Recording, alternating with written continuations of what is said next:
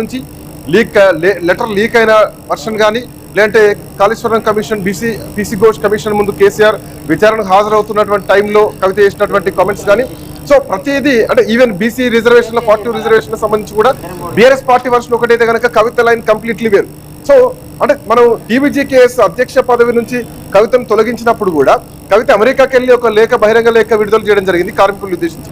అక్కడ కేటీఆర్ నిర్ణయం తీసుకున్నారు, కేటీఆర్ కొప్పులు ఈశ్వర్ని నియమించడం జరిగింది. సో ఎక్కడా కూడా అన్నా చెల్లెళ్ళ ఫైట్ లాగానే కనిపించింది తప్ప భావమరదల ఫైట్ లా ఎక్కడ కనిపించలేదు.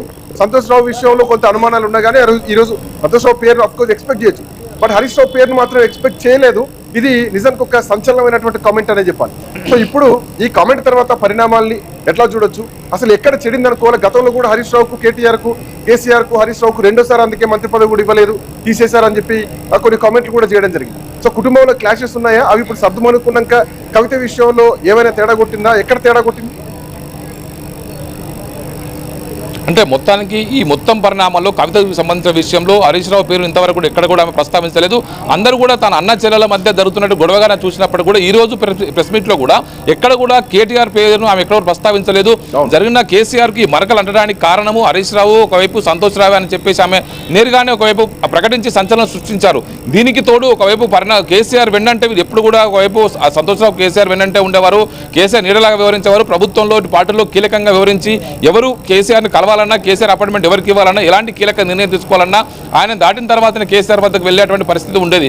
ఇలాంటి నేపథ్యంలో ఇప్పుడు కవిత కూడా గత కొద్ది కాలంగా జరిగిన పరిణామంలో తన తండ్రిని కూడా కొన్ని సమయాల్లో కలవని వచ్చే పరిస్థితి లేదు. తనకు గ్యాప్ పెరగడానికి వీళ్ళే కొంతమంది కారణమయ్యారు. తన సొంత మీడియాకు ఉన్నటువంటి తన పరిచయాల ద్వారా, మీడియాలో ఉన్నటువంటి వాళ్ళకు ఉన్నటువంటి బలం ద్వారా తన పైన అసత్య ప్రచారాలు చేపించారు. సోషల్ మీడియాలో తన పైన పదే కామెంట్ చేస్తూ తనను గత 3 నెలలుగా చాలా ఇబ్బంది పెడుతున్నారు, తనకు ఇబ్బందికర పరిణామాలు సృష్టిస్తున్నారు. ఇక చూస్తూ ఊరుకునే ప్రసక్తే లేదు. ఖచ్చితంగా ఖబర్దార్ బిడ్డ అంటూ వాళ్ళకి సంబంధించినటువంటి కీలకమైనటువంటి ఏదైతే కామెంట్ ఆమె చేశారో ఆ కామెంట్ సంబంధించి ఆమె మరింత స్టబ్బన్ గా ఉన్నట్టుగా మనకు కనబడుతుంది, మరింత గట్టిగా నిలబడ్డట్టుగా మనకు తెలుస్తుంది. ఒకవైపు ఆమె తనకు ఉన్నటువంటి తెలంగాణ జాగృతి సంస్థను మరింత రోజు రోజుకు బలోపేతం చేసుకుంటూ వెళ్తున్నారు. వాటికి సంబంధించిన అనుబంధ విభాగాలను బలోపేతం చేశారు.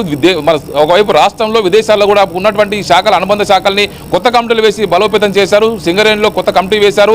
ఒకవైపు గతంలో మహిళా రిజర్వేషన్ ఇష్యూస్ కావచ్చు, బీసీ రిజర్వేషన్ ఇష్యూ కావచ్చు, ప్రభుత్వం కంటే ముందుగానే తెలంగాణ జాగృతి తరపున ఆమె గొంతెత్తి ఒకవైపు మాట్లాడుతున్నారు. ప్రభుత్వం పైన ప్రతి విషయంలో ఒత్తిడి తీసుకొచ్చి కొన్ని విషయాల్లో ఆమె సక్సెస్ కాగలుగుతున్నారు. పార్టీ కంటే ముందుగానే ఆమె తన వాయిస్ వినిపించి ప్రభుత్వం పైన ఒత్తిడి పెంచుతున్నారు. ఈ రేవంత్ రెడ్డి సర్కారు, కాంగ్రెస్ సర్కారు వచ్చిన తర్వాత ప్రతి విషయంలో కూడా వాళ్ళంతా కూడా ఫెయిల్ అవుతున్నారు. ఆ ఫెయిల్ అయిన విషయాన్ని దాచిపెట్టడం కోసం, పక్కదారి పట్టించడం కోసం కేసీఆర్ పైన కావచ్చు, గత ప్రభుత్వం పైన చేస్తున్నటువంటి అభివృద్ధి సంక్షేమ కార్యక్రమాలపైన, అవినీతి మరకలు, గత ప్రభుత్వమైన వ్యక్తులపైన నిందలు వేసి దాన్ని పక్కదారి పట్టించడం కోసం ప్రయత్నం చేస్తున్నారు రేవంత్ రెడ్డి అని చెప్పేసి కూడా ఆమె నేరుగానే అటాక్ చేశారు. ఇప్పుడు కేసీఆర్ విషయంలో కూడా గత 2 సంవత్సరాలుగా కాంగ్రెస్ పార్టీ అధికారంలోకి వచ్చిన తర్వాత ఏ అభివృద్ధి కార్యక్రమం చేయలేకపోయారు. కేవలం రైతులకు యూరియా కూడా ఇవ్వలేకపోతున్నారు.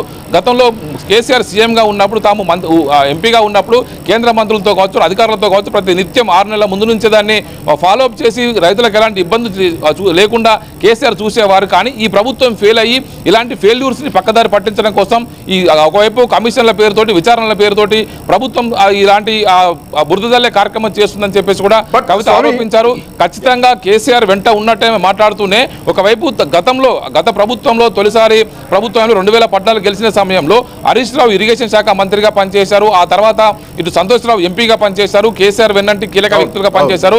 రెండోసారి అధికారంలోకి వచ్చిన తర్వాత కేసీఆర్ తన మంత్రివర్గంలో కేవలం మహమూద్ అలీతో మాత్రమే ఆయన ప్రమాణ స్వీకారం చేశారు. మిగతా వాళ్ళందరూ కూడా దూరం పెట్టారు. 3 నెలల తర్వాత తనకు పూర్తి క్యాబినెట్ తీసుకున్నారు. శ్రీకాంత్, అంటే స్వామి ఇక్కడ జనరల్ గా రాజకీయం చేయాలంటే రాజకీయంగా శత్రువు ఉండాలి, అపోజిట్ పర్సన్ కూడా అంతే బలమైన వ్యక్తిని ఎంచుకుంటారు. ఈవెన్ మనం చూస్తున్నాం కేసీఆర్ రేవంత్ రెడ్డి విషయంలో, రేవంత్ రెడ్డి కేసీఆర్ జపం చేసినా కానీ కేసీఆర్ కనీసం పట్టించుకోవట్లేదు.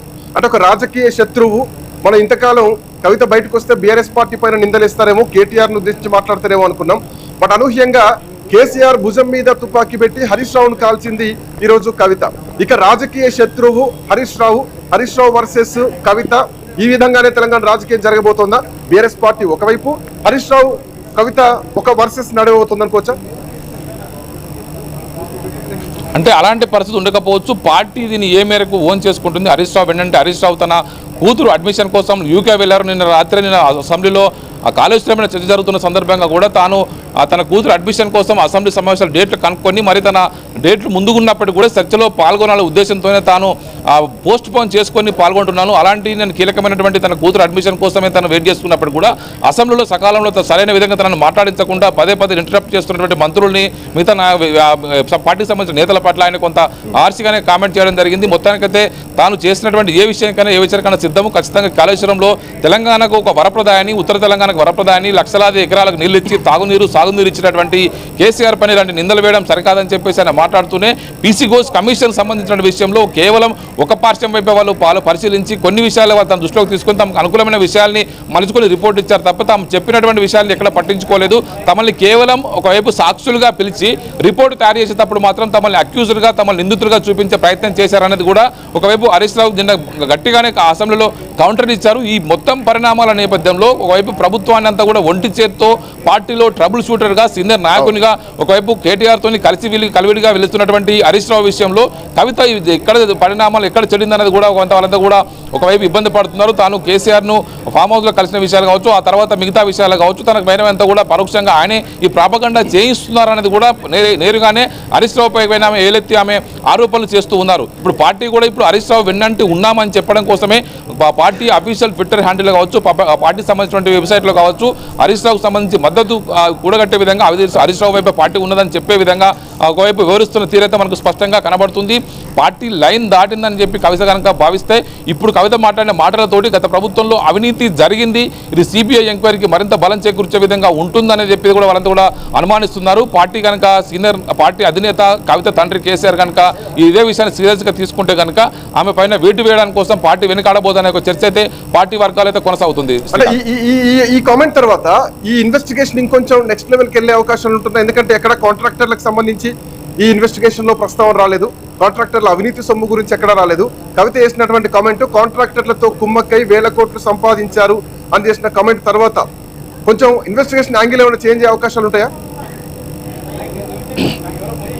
అంటే ఇంతవరకు బీఆర్ఎస్ పార్టీ చేస్తున్నటువంటి ఫేస్ చేయవచ్చు, బీఆర్ఎస్ పార్టీ చేస్తున్న ఎదురుదాడికి కవిత చేసిన కామెంట్స్ కొంత డ్యామేజ్ కలిగించాయని చెప్పేసి కూడా వాళ్ళంతా కూడా అనుమానిస్తున్నారు. కవిత చేసినటువంటి ఈ కామెంట్స్ వల్ల ఒకవైపు హరీష్ రావు, సంతోష్ రావు కాంట్రాక్టులంతా కలిసి చేసినటువంటి ఈ అవినీతి వ్యవహారాల వల్ల ఈ మరక కేసీఆర్కి అంటిందని ఆమె అంటుందంటేనే అవినీతి జరిగిందని చెప్పి ఒప్పుకున్నట్టుగానే నేరుగా కొంత స్పష్టమవుతుంది. దీంతో ఇప్పుడు పార్టీ కూడా ఇదే విషయం పైన కొంత సీరియస్గా స్పందించే అవకాశం కనబడుతుంది. హరీష్ రావు ఖచ్చితంగా తెలంగాణకు నీళ్ళు ఇవ్వడం కోసం 3 సంవత్సరాల కాలంలో దేశంలోనే ఎక్కడలేని విధంగా ఒక రికార్డు సమయంలో ప్రపంచంలోనే ఒక ఇంజనీరింగ్ మార్వల్గా ఒకవైపు ఈ కాళేశ్వరం ప్రాజెక్టును కట్టి మేము చూపించాము, ఖచ్చితంగా లక్షల ఎకరాలకు నీళ్ళు ఇచ్చాము. దీనికి సంబంధించినటువంటి విషయంలో కేవలం 94,000 కోట్లు ఖర్చు చేసినటువంటి ఈ మొత్తం ప్రాజెక్టులో మేడిగడ్డ బ్యారేజ్ అనేది కేవలం 4,000 కోట్లు ఖర్చు చేశాము. ఇందులో కేవలం బ్యారేజ్లో కోసం ఖర్చు చేసింది దాదాపు 2,000 కోట్లు ఉంటుంది. ఈ 7th పిఎస్లో